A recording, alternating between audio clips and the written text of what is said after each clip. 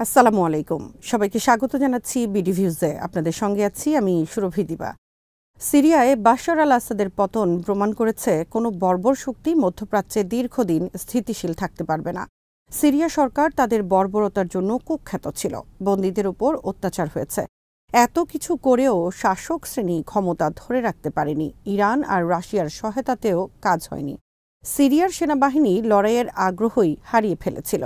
ডিসেম্বরে বিদ্রোহীরা যখন দামেস্কের উপকণ্ঠে পৌঁছল তখন কোনো প্রতিরোধ ছাড়াই পতন হল শহরের। এই পতন আরেকবার প্রমাণ করল আরব বসন্ত কোনো বিভ্রম ছিল না।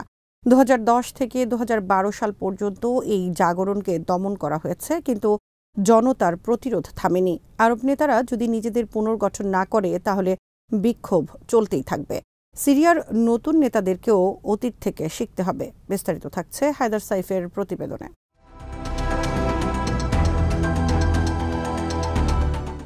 এই মুহূর্তে আরব বিশ্বের বেশিরভাগ জায়গাতেই মারাত্মক সমস্যা রয়েছে। এমনকি যে উপসাগরীয় দেশগুলো একসময় স্থিতিশীল ছিল তাদেরকেও এখন সংগ্রাম করতে হচ্ছে। সৌদি আরব আর সংযুক্ত আরব আমিরাত একসময় প্রতিবেশী দেশগুলোকে উদার হতে সহায়তা দিত, কিন্তু সৌদি আরবকে এখন নিজের অর্থনীতির দিকেই বেশি মনোযোগ দিতে হচ্ছে। যে দেশটি ফিলিস্তিনকে জোরালো সমর্থন দিয়েছে তারা এখন ইসরায়েলের সাথে সম্পর্ক স্বাভাবিকের কথা ভাবছে।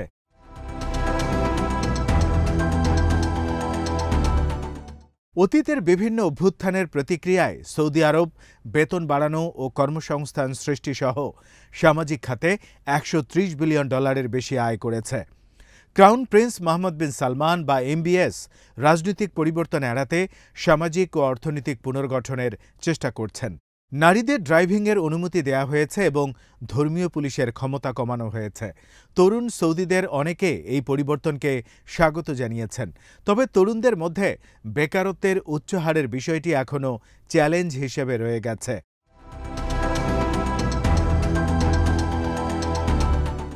অন্যান্য আরব দেশগুলোর তুলনায় উপসাগরীয় দেশগুলোর সংগ্রাম অনেকটাই কম।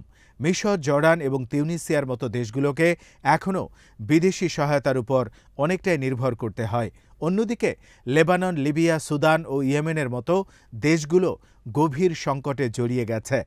হিজবুল্লাহর তৎপরতা ও ইরানের প্রভাব কমে গেলে লেবানন হয়তো রাজনৈতিক অচলাবস্থা কাটিয়ে ওঠার সুযোগ পাবে বলে কেউ কেউ মনে করেন। কিন্তু দুর্নীতি এখনও সেখানে বড় বাধা হয়ে আছে, আর অনেক আরব দেশ এই দুর্নীতি সংঘাত আর অর্থনৈতিক ব্যর্থতার বৃত্তে আটকা পড়ে আছে।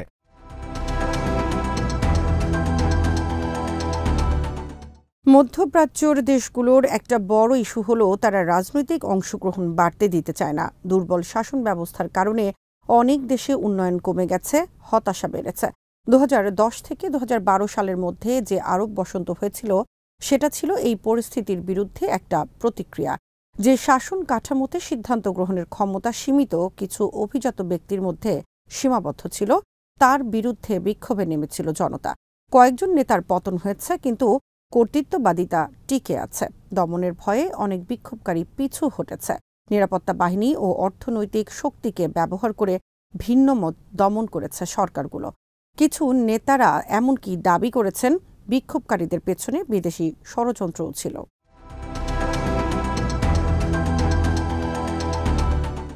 কিছু দেশের সরকার যদিও স্থিতিশীল একটা চেহারা ধরে রাখার চেষ্টা করেছেন, কিন্তু ভেতরে ক্ষোভ রয়ে গেছে।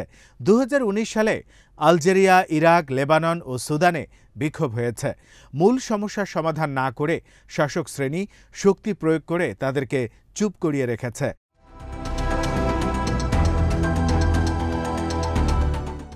সিরিয়া থেকে শেখার বিষয় হলো অসন্তোষ কখনো পুরোপুরি হারিয়ে যায় না। সত্যিকারের পুনর্গঠন না হলে কোনো শক্তি বা বিদেশি সহায়তা দিয়ে ভঙ্গুর ব্যবস্থা টিকিয়ে রাখা যায় না। নেতারা যদিও দাবি করেন তারা জনতার কথা শোনেন, কিন্তু বাস্তবতা হলো সত্যিকারের পরিবর্তন তারা ঠেকাতে চান। তিউনিসিয়া ও মিশরে 2010-11 সালে এক নায়কের পতন হয়েছিল, কিন্তু নতুন কর্তৃত্ববাদী শাসকরা এখন অর্থনৈতিক পরিস্থিতিকে আরও খারাপের দিকে নিয়ে গেছে।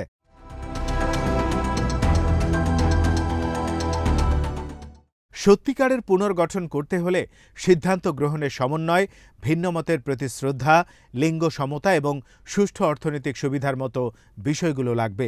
এগুলো না আসলে বিক্ষোভ ও অভ্যুত্থান বারবার ফিরে আসবে। যেসব সরকার এককভাবে পেশিশক্তির উপর নির্ভর করে তাদের সামনে সিরিয়ার মতো পরিণতির ঝুঁকি সবসময় থাকবে।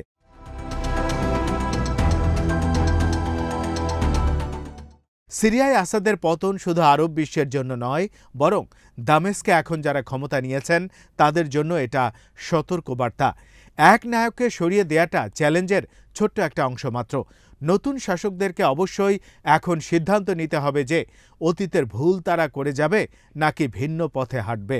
তারা যদি আইসিসের মতো চরমপন্থী গ্রুপগুলোর মতো শাসন করতে চায়, সেটা হবে সবচেয়ে ভয়াবহ সিদ্ধান্ত।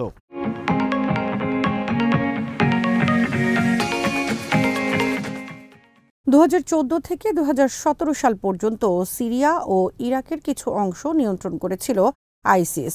সিরিয়ার নতুন প্রেসিডেন্ট আহমেদ আল শারা অবশ্য চরমপন্থা ছেড়ে দেওয়ার দাবি করেছেন। অনেকের কাছে উদ্বেগের কারণ হল 2011 সালে মিশরে হোসনি মোবারকের পতনের পর মুসলিম ব্রাদারহুড যে পথে হেঁটেছিল, আল শারা হয়তো সেই পথে হাঁটতে পারেন।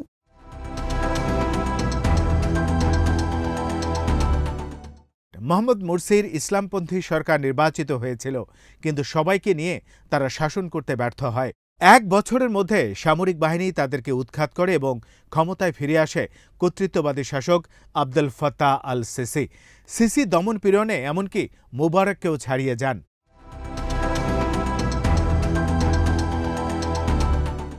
মিশরের ব্যর্থতার কারণে অন্যান্য আরব দেশগুলো গণতন্ত্রের জন্য ঝুঁকি নেওয়ার উৎসাহ হারিয়ে ফেলে।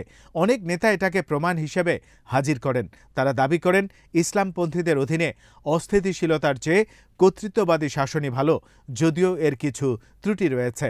সিরিয়ার নতুন সরকার যদি দেশের সংস্কৃতি, ধর্ম এবং লিঙ্গ বৈচিত্র্য বিবেচনায় না নিয়ে একই ধরনের বর্জনমূলক নীতি গ্রহণ করে, তাহলে মুরসির মতো তাদেরও পতন হবে। এতে এই বিশ্বাস আরও দৃঢ় হবে যে গণ অভ্যুত্থান আসলে অর্থহীন এবং এই অঞ্চলে পরিবর্তনের পক্ষে প্রচেষ্টাও এতে আরও নিরুৎসাহিত হবে।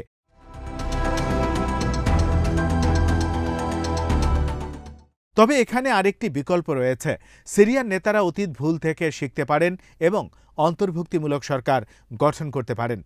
তারা যদি সংকীর্ণ দৃষ্টিভঙ্গি ধরে রাখে, তাহলে ফ্রি সিরিয়ান আর্মি, কুর্দি এবং অন্যান্য সংখ্যালঘুদের প্রতিরোধের মুখে তাদেরকে পড়তে হবে।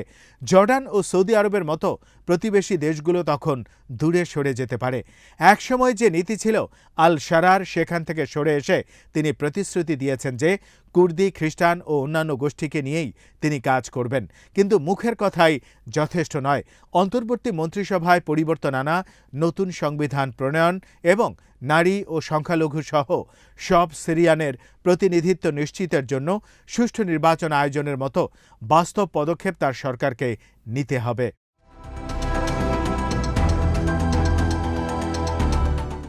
আল শারা আর তার বাহিনীর গণতান্ত্রিক অভিজ্ঞতা নেই। তাছাড়া অর্থনৈতিক সংগ্রাম শাসন প্রক্রিয়াকে আরও কঠিন করে তুলছে। বিভিন্ন দেশ যদি সিরিয়ার নতুন সরকারের সাথে কাজ করতে অস্বীকার করে, তাহলে তারা চরমপন্থার দিকে ফিরে যেতে পারে। কিছু প্রতিবেশী দেশ আবার সিরিয়ার অগ্রগতিকে বাধাগ্রস্ত করার চেষ্টা করতে পারে, যাতে নিজেদের দেশে পুনর্গঠনের চাপ এড়ানো যায়। কিন্তু এই চাপটাই এখন এই অঞ্চলের জন্য সবচেয়ে বেশি দরকার।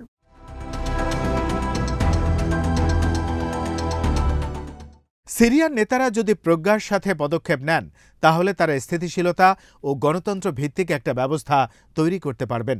আন্তর্জাতিক সহায়তা ও স্থানীয় বিশেষজ্ঞদের সহায়তার সমন্বয়ে আরও অন্তর্ভুক্তিমূলক ও সমৃদ্ধ ভবিষ্যৎ নির্মাণের একটা সুযোগ এখন সিরিয়ার সামনে এসেছে।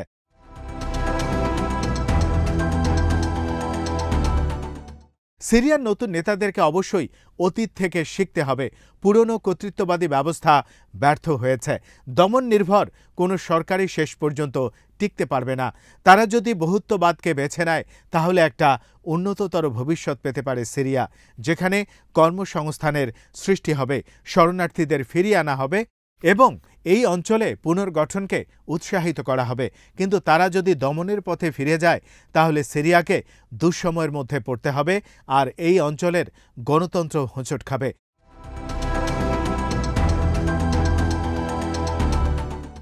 বিক্ষোভের মধ্য দিয়ে বোঝা গেছে যে পুনর্গঠন প্রয়োজন, আর সিরিয়া সফল হলে এই অস্থিরতা চক্র ভেঙে যাবে। জনগণের দাবি অগ্রাহ্য করা হলে এই শিক্ষাটা হারিয়ে যাবে যে শাসক শ্রেণীকে অবশ্যই বদলাতে হবে অথবা এর পরিণতি ভোগ করতে হবে। আসাদের পতনের ভেতর দিয়ে যেটা স্পষ্ট হয়ে গেছে।